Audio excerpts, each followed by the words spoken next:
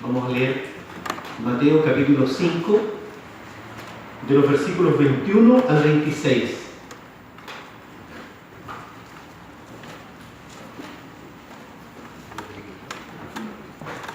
Mateo 5, del 21 al 26.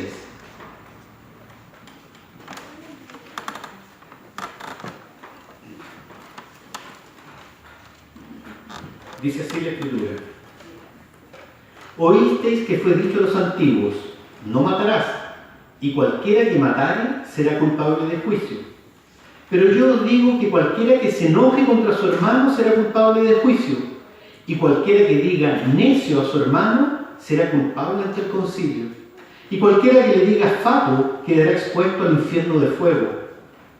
Por tanto, si traes tu ofrenda al altar y allí te acuerdas de que tu hermano tiene algo contra ti, deja allí tu ofrenda delante del altar y anda, reconcíliate primero con tu hermano y entonces ven y presenta tu ofrenda. Ponte de acuerdo con tu adversario pronto, entre tanto que estás con él en el camino. No sea que el adversario te entregue al juez y el juez al alguacil y seas echado a la cárcel. De cierto te digo que no saldrás de allí hasta que pagues hasta el último cuadrante. Que el Señor bendiga su palabra. Tengamos un momento de oración. Señor y Padre Santo, agradecemos, Señor, este alimento que tú nos das a través de tu palabra. Este alimento que necesitamos, Señor, porque conocemos tu voluntad a través de tu palabra, Señor, porque tú nos redarguyes, Señor, nos reprendes, nos enseñas a través de tu Escritura. Te pedimos, Padre Santo, que este texto, Señor, que hemos leído pueda servirnos, Señor, para nuestras vidas, para conocer tu voluntad, Señor, para acercarnos cada día más a ti. Te ruego que te quedes con nosotros, Señor, que te quedes conmigo, que limpies mis labios, Señor, para que todo lo que se diga, Señor, toda meditación, toda reflexión sea solamente inspirada por ti. Por Cristo Jesús te lo rogamos. Amén. Amén. Amados hermanos, este es un texto que son de aquellos textos de Jesús que son tan claros que es difícil explicarlos. Es tan claro lo que dice el Señor. El título ya es claro: Jesús y la ira. Y este texto maravilloso está en el contexto del capítulo 5, que son las bienaventuranzas. Hay incluso algunas películas de Semana Santa que muestran al Señor Jesús en un monte, ¿cierto?, predicando las bienaventuranzas, enseñándole al pueblo, dándole al pueblo el alimento que necesitaba.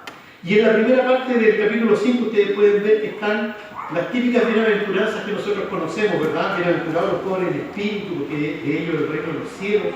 Bienaventurados los que lloran, y así va dando las bienaventuranzas. Pero el sermón del monte es más que las bienaventuranzas. Tiene otras partes que complementan las bienaventuranzas. Y esta es una muy importante. Porque el Señor Jesús está predicando estas palabras y está empezando a predicar el Evangelio a un pueblo que es un pueblo específico, que es el pueblo judío. Y el pueblo judío creía en Dios. El pueblo judío conocía a Dios. Pero conocía a Dios a través de la ley. Por eso es que el Señor Jesucristo, después que termina las bienaventuranzas en el sermón del monte, inmediatamente, si ustedes pueden ver en el versículo 17, empieza a hablar de la ley. ¿Cuál es la relación de Jesucristo y la ley? ¿A qué viene Jesús respecto a la ley? ¿Viene a abrogar la ley? ¿Viene a superarla? ¿Cuál es la relación que existe entre la ley y Jesús? Eso es importante para el auditorio que está escuchando al Señor Jesucristo, porque son solamente judíos. Y entonces el Señor empieza a hacer un detalle, porque el Señor Jesucristo, en su triple papel, Jesucristo es rey, sacerdote y profeta. Y como sacerdote, el Señor Jesucristo es el verdadero, el auténtico, el perfecto intérprete de la ley. Es decir, los 10 mandamientos que habían sido dados al pueblo judío solamente pueden ser interpretados por Jesucristo.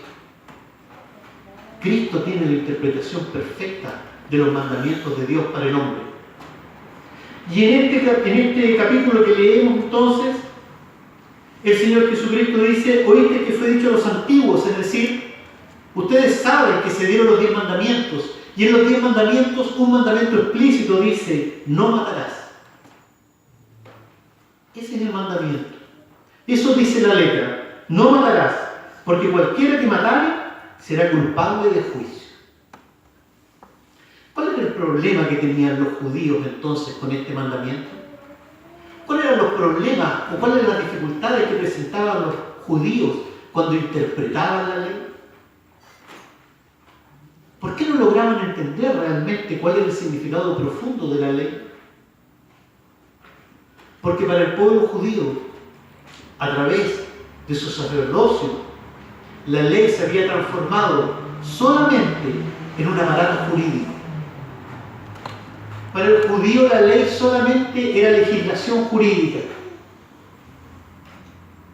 Y por lo tanto, el cumplimiento de la ley dependía de cumplir jurídicamente lo que la ley decía.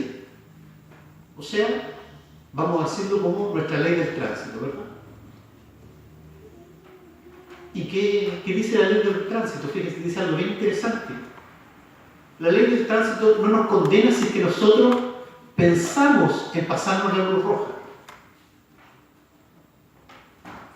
La ley del tránsito no nos condena si tenemos deseos de ir más rápido en el auto. Porque la ley es, como se dice jurídicamente, positiva. Es decir, la ley juzga actos concretos. Y entonces el pueblo judío, cuando leía no matarás, leía solamente esta legislación, un acto concreto, no mato. Si no mato a nadie, entonces cumplo la ley. Simple, claro. Si no mato a nadie, estoy cumpliendo la ley. Fíjense que podemos decir claramente que tal vez ninguno de los que estamos en este templo no mataba a nadie. ¿Verdad? Ninguno le ha quitado la vida a otra persona, en términos físicos, de darle muerte. Y cuando es entendida de esta forma la ley, entonces la conclusión es obvia: no estamos pecando. Si yo cumplo la ley como legislación, entonces no estoy pecando. Ese era el problema del pueblo judío. Ese era el problema de los fariseos, sobre todo. Ellos creían estar cumpliendo la ley porque creían que la ley era solamente un precepto jurídico. Muchas veces nosotros en nuestras iglesias, muchas veces las religiones se transforman solamente en una serie de preceptos jurídicos. Muchas veces predicamos o proyectamos la verdad de la iglesia solamente a través de lo jurídico, diciendo lo que la gente tiene que hacer, diciendo lo que es malo, lo que es bueno, tratando de ordenar, condenando. Muchas veces nosotros también entendemos la ley de Dios simplemente como algo jurídico. Y cuando entendemos la ley como algo simplemente jurídico, tenemos dos riesgos fundamentales. Hay dos cuestiones en las cuales caemos inmediatamente cuando entendemos la ley solamente desde el punto de vista jurídico. En primer lugar, creemos que la podemos cumplir. Y lo más grave que nos ocurre cuando creemos que podemos cumplir la ley es que si nosotros creemos que podemos cumplir la ley, entonces no somos pecadores. Y si no somos pecadores, entonces no necesitamos a Jesucristo. Fíjense las consecuencias fundamentales que tiene esta mala comprensión de la ley de Dios. Si yo creo que puedo cumplir la ley de Dios, entonces no necesito a Jesucristo. Porque si puedo cumplir la ley de Dios, entonces me puedo presentar frente a Dios libremente. No necesito un mediador. No necesito un salvador.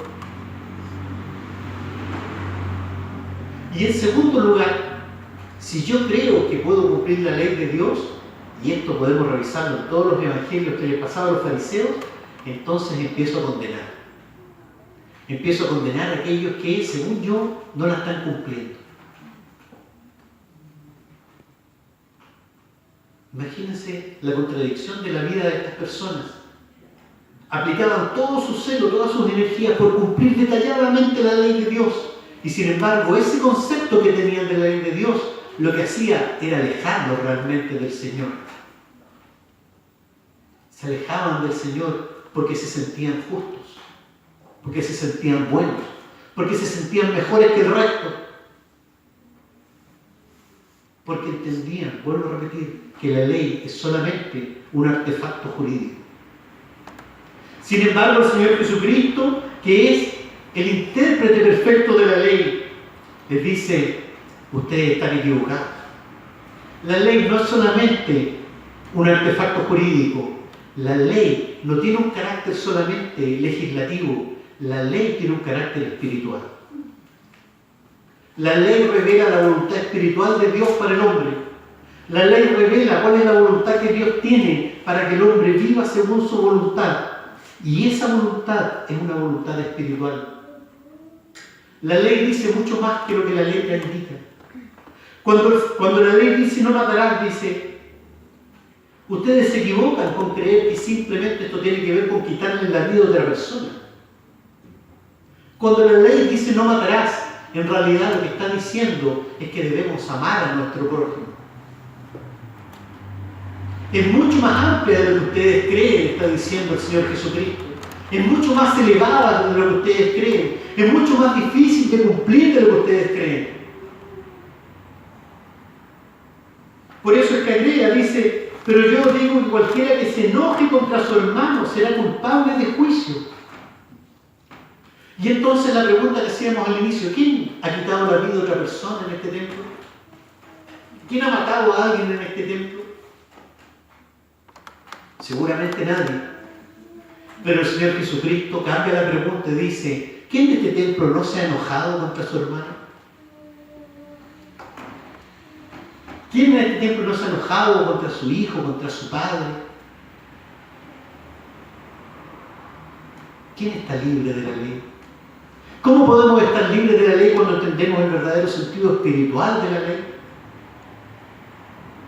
Y entonces el Señor Jesucristo lo que hace es que nos enfrenta con nuestro pecado. Y nos enfrenta con nuestro pecado, y por eso que este pasaje es maravilloso, con tal vez el pecado que tenemos más a flor de piel, ese pecado que nos sale más espontáneamente, que es la ira, que es el enojo. ¿Cómo el enojo, este pecado tan sencillo, es capaz de dominarnos tan rápidamente? ¿Cómo somos tan rápidos de entregar una mala respuesta, de una mala palabra, de un mal sentimiento? La ira está ahí a flor de piel. Inmediatamente se despierta en nosotros. Y el Señor Jesucristo dice que cualquiera que diga necio a su hermano será culpable ante el concilio. Imagínense, esto es una palabra que podríamos pensar liviana, necio. Pero si nosotros entendemos el carácter espiritual de la ley, cuando le decimos necio, cuando le decimos que nuestro hermano es tonto, cuando denostamos, cuando humillamos, cuando respondemos mal, estamos efectivamente siendo culpables de juicio ante la ley. Esa es la verdad. Eso es lo que el Señor Jesucristo nos está diciendo. Ustedes tienen un parámetro legal, pero yo les digo que el parámetro es infinito, que el parámetro es espiritual, que el parámetro no puede ser cumplido por ninguno de ustedes. Porque el pecado mora en cada uno de nosotros. Por eso es que somos tan susceptibles de pecar contra el hermano. Por eso es que somos tan susceptibles de herir al hermano con una mala palabra, con una mala mirada. Por eso somos tan rencorosos. Porque el pecado mora en nosotros. Y entonces continuamente nos hacemos infractores de la ley de Dios. Permanentemente estamos transgrediendo la ley de Dios que dice: no matarás.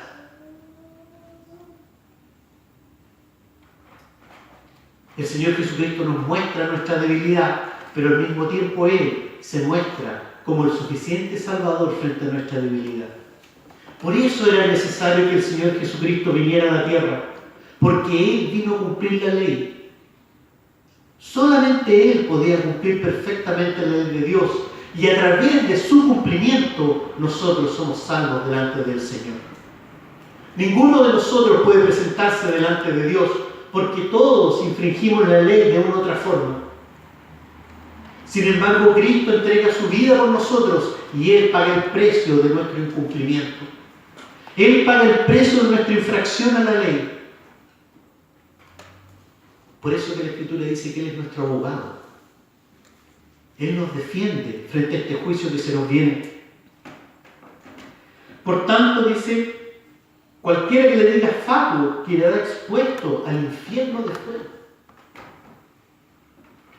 Leíamos en la lectura alternada que el principal mandamiento que habíamos escuchado era amarnos los unos a los otros.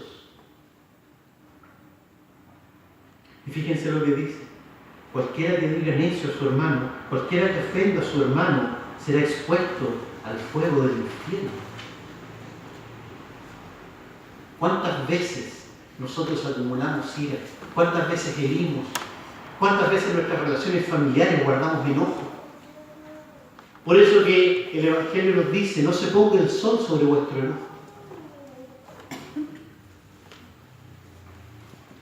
¿Cuán necesario es que nos perdonemos los unos a los otros? ¿Cuán necesario es que reconozcamos nuestras faltas los unos a los otros? ¿Cuán necesario es que revisemos si hemos ofendido al hermano? Necesitamos tener una pureza en las relaciones los unos con los otros. Necesitamos tener sanidad en las relaciones los unos con los otros. Necesitamos perdonarnos los unos con los otros. Necesitamos confesarnos nuestros pecados los unos con los otros. Porque entonces el Señor Jesucristo dice que cuando hay pecado entre nosotros, cuando la ira nos domina en las relaciones con nuestros hermanos, entonces se nos impide, se nos dificulta la relación con nuestro Señor. Por eso entonces, ¿qué dice? Por tanto dice, si traes tu ofrenda al altar, si tú estás aquí en la iglesia, si tú vienes a adorar al Señor, si tú estás cumpliendo con venir el domingo a adorar al Señor, si tú traes tu ofrenda, traes tu Biblia, vienes con tus hijos, tú cumples todo, tú crees que estás cumpliendo todo y vienes y te presentas aquí delante del Señor. Y allí te acuerdas que tu hermano tiene algo contra ti. Si tú te estás presentando aquí frente al Señor y tú te acuerdas que tu hermano tiene algo contra ti, si tú sabes que hiciste algo contra tu hermano, el Señor Jesucristo dice, deja allí tu ofrenda delante del altar. No te acerques todavía frente al Señor. Deja tu ofrenda ahí. Y anda, reconcíliate primero con tu hermano y entonces ven y presenta tu ofrenda. ¿Tú estás viniendo a presentarte delante de mí? ¿Estamos llegando a la presencia del Señor y tenemos algo con el hermano? ¿Estamos presentándonos frente al Señor y tenemos un rencor? ¿Tenemos una discusión? ¿Tenemos algo pendiente con el hermano? Entonces el Señor dice, mira, espérate. Deja tu ofrenda allí y primero ve, reconcíliate con tu hermano. Reconcíliate con tu mujer, con tu esposo, con tu hijo, con tu hija, con tu sobrino, con tu amigo. Busca primero la reconciliación con aquellos que te rodean y después dice, ven y presenta tu ofrenda. Lo peor que nos puede pasar cuando nosotros creemos que podemos cumplir la ley de Dios es que esa idea falsa nos aleja de la comunión con el Señor. Esa idea falsa nos aleja de la presencia del Señor, porque el Señor quiere que estemos puros delante de Él, porque el Señor quiere que estemos reconciliados delante de Él, porque el Señor espera que el cuerpo de Cristo sea uno, porque el Señor espera que el cuerpo de Cristo esté articulado, que seamos un espíritu, que tengamos una fe, que tengamos una unidad de propósito. Eso es lo que el Señor espera de nosotros. Esa es la vara que el Señor nos pide. Ya no basta con cumplir nominalmente la ley. Ahora hay que comprometer nuestros corazones para el cumplimiento del espíritu de la ley. Y el espíritu de la ley es amar a nuestro prójimo. Decía primera de Juan, ninguno puede hacer pecado y estar en Dios. ¿Cómo podemos decir, dice Juan, que amamos a Dios a quien no hemos visto, si no amamos a nuestro hermano a quien hemos visto? Nuestro hermano está ahí delante de nosotros. Nuestro hermano está ahí con necesidades. Nuestro hermano está ahí con angustias. Nuestro hermano está ahí con dificultades. ¿Cómo manifestamos amor a Dios si no manifestamos amor al hermano primeramente? ¿Qué significa entonces para nosotros el amor a Dios? ¿Qué significa para nosotros la ley de Dios? ¿Cuántas veces he matado a mi hermano? ¿Cuántas veces he matado a mis hijos? ¿Cuántas veces he matado a mis padres porque la ira se apodera de mí? ¿Cuántas malas palabras salen de mi boca? Y el Señor te invita esta noche, reconcíliate con tu hermano. Busca la reconciliación, busca la paz, porque en esa paz tú vas a tener una sensación, una seguridad de acercarte a la presencia del Señor, de encontrar el perdón del Señor, porque entonces tu ofrenda va a ser acepta delante del Señor, porque entonces tus alabanzas van a ser recibidas por el Señor, porque entonces vas a poder tener la paz de presentarte frente a tu Dios, para darle gracias por lo que Él te ha dado, para confesar que Él es tu Señor, para confesar que Él es tu Salvador, para confesar que tú le necesitas, para confesar que tú no puedes vivir si no es con Cristo, porque Cristo es el precio por nuestros pecados. Eso es lo que nos está diciendo la palabra del Señor. Anda, reconcíliate primero con tu hermano y entonces ven y presenta tu ofrenda. ¿Cuánta ofrenda es desperdiciada porque no nos reconciliamos? Amados hermanos, la ley de Dios está vigente para nosotros. El Señor no vino a abrogar la ley, vino a cumplir la ley. Y nada de la ley pasará hasta que el Señor vuelva. La ley sigue vigente, pero debemos entender nosotros, a través de la luz de Cristo, debemos entender que el verdadero sentido de la ley es espiritual. Ese es el verdadero sentido de la ley. Por eso que si ustedes siguen leyendo, por ejemplo, dice Jesús y el adulterio. Y dice, oíste que fue dicho, no cometerás adulterio. Pero yo digo que cualquiera que mira a una mujer para codiciarla, ya adulteró con ella en su corazón. O sea, el Señor Jesucristo nos pone una meta gigantesca. Nos pone una meta que está más allá de nuestro pecado. Nos pone una meta que está solamente en Él, que solamente puede encontrar cumplimiento en Jesucristo. Por eso necesitamos estar permanentemente en comunión con nuestro Señor, para que el Señor nos santifique, para que el Señor trabaje en nuestro carácter, para que el Señor trabaje en nuestra espiritualidad, para que el Señor nos dé la humildad de reconciliarnos, de pedir perdón, de reconocer nuestras faltas, de flexibilizar nuestras opiniones, de darnos la sabiduría para ponernos de acuerdo. Eso es lo que necesitamos para llegar juntos a adorar al Señor. Amados hermanos, se acerca las actividades de Semana Santa y tenemos muchas actividades. Tenemos el culto el jueves, tenemos vigilia de oración el viernes, tenemos culto el domingo nuevamente. Vamos a llegar a adorar al Señor. Gloria a Dios porque podemos adorar al Señor. Pero recordemos lo que el Señor nos está pidiendo. Quizás esta Semana Santa es la oportunidad que tienes para reconciliarte con tu hermano. Quizás esta Semana Santa es la oportunidad que tienes para arreglar cuentas con tu hermano y pedir perdón y llegar a la celebración de esta Semana Santa con tu ofrenda delante del Señor, con tu corazón purificado por el perdón de tu hermano. El Señor Jesucristo vino a cumplir la ley. El Señor Jesucristo murió por nosotros, precisamente para pagar el precio del incumplimiento permanente que nosotros hacemos de la ley. Y por ese pago que el Señor hizo, nosotros tenemos la vida eterna. Por eso es que la ley no puede pasar. Por eso es que la ley no queda caduca. Al contrario, la ley se ratifica en el sacrificio de Cristo. Los 10 mandamientos están tan vigentes como cuando fueron entregados, solamente que ahora fueron cumplidos en Cristo Jesús. Y ese cumplimiento nosotros podemos disfrutar. En ese cumplimiento nosotros podemos descansar. En ese cumplimiento maravilloso nosotros esperamos la redención del Señor.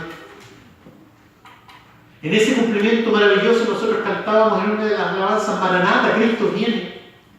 Cristo vuelve por su iglesia y nosotros lo esperamos con esperanza. Lo esperamos con amor, lo esperamos ansiosos, lo esperamos porque no podemos esperar más que en Cristo el Señor. Solamente en Jesucristo está la salvación que necesitamos. Oíste que fue dicho a los antiguos: no matarás, pero cualquiera que matare será culpable de juicio. Pero yo os digo que cualquiera que se enoje contra su hermano. Hermanos, debemos luchar contra la ira y el enojo. Debemos luchar contra nuestro carácter. El Evangelio no es un llamado a hacer lo que nos gusta, lo que queremos. El Evangelio es un llamado a vencernos a nosotros mismos. ¿Cuánto tenemos que luchar contra nosotros mismos para vencer nuestro carácter? Para doblegar nuestro carácter. Ese es el llamado que nos hace el Evangelio. Ese es el proceso de santificación al que hemos sido llamados. Doblegarnos a nosotros mismos para cumplir la voluntad maravillosa manifestada por Dios en su ley.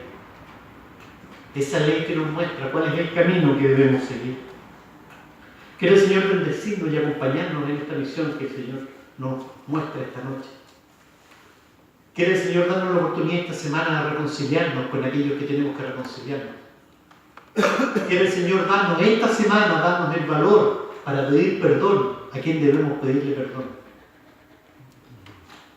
Darnos la claridad para buscar al hermano alejado. Darnos el amor para buscar a aquellos que están lejos. Quiere el Señor bendecirnos y unirnos como iglesia con este consejo que el Señor nos está dando, con este mandato maravilloso, con esta bienaventuranza maravillosa que el Señor relata en este capítulo 5. Que el Señor ponga en nuestros corazones ese deseo imperioso, ese amor por los hermanos. El primer indicador, el primer síntoma de que estamos en Dios es que amamos a nuestros hermanos. Quiere el Señor darnos más amor por nuestros hermanos, más amor por nuestras familias, más amor por los que están cerca nuestro, para que caminemos y seamos cada día más semejantes al Señor Jesucristo. Sigamos sus pasos, paso tras paso, imitando al Señor Jesucristo. Aquel que perdonó y oró por aquellos que lo crucificaban.